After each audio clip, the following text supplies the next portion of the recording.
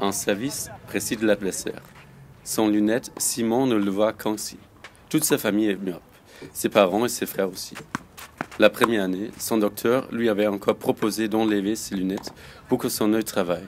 Je m'en souviens, c'était en classe, parce qu'on faisait des dictées, il fallait copier des mots, et j'étais assez loin et j'arrivais pas à voir le tableau. Eux, ils voyaient très bien, et du coup, moi, je voyais pas, et je trouvais ça un petit peu bizarre parce que je voyais tout flou. Simon porte les lunettes depuis 2 ans. Dans sa classe, en CM2, 4 autres sont aussi myopes. Pendant toutes ses activités régulières, Simon est censé de porter ses lunettes. Je suis obligée de les garder parce que sinon, je vois pas très bien.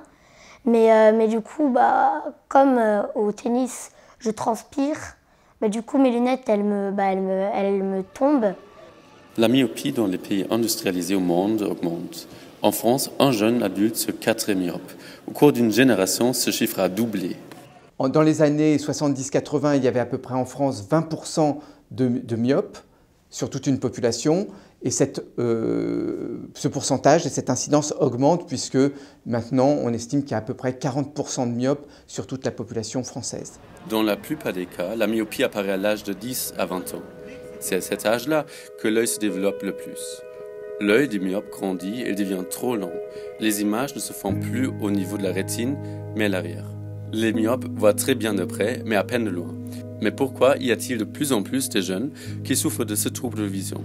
Les dernières études ne négligent pas le facteur génétique, bien au contraire. La forte myopie est génétique. Entre-temps, des récentes études australiennes s'appuient davantage sur la dimension environnementale. Ian Morgan, chercheur à Canberra, parle d'une influence de l'environnement sur la génétique. Les ophtalmologues en France reconnaissent l'importance de la lumière du soleil. À l'extérieur, l'œil peut voir plus loin. Dû au fait qu'ils sont moins exposés à la lumière du jour, c'est la question qui se pose. L'utilisation d'écran et le fait de travailler en milieu fermé sont 2 facteurs qui semblent devenir importants. Et ce qui a changé, ce ne sont pas les gènes des humains, c'est plutôt les facteurs environnementaux. À l'âge de 25 ans, la myopie se stabilise. C'est le moment où les chirurgiens peuvent opérer. Pourtant, ce traitement reste cher.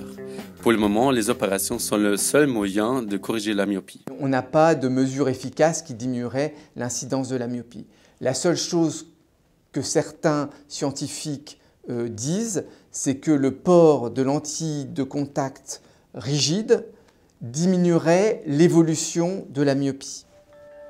Cependant, ces publicités promettent d'enrayer l'évolution de ce trouble de vision. Grâce à l'orthokératologie, un mot complexe pour une nouvelle thérapie. Porter des lentilles semi-rigides la nuit pour voir mieux pendant la journée.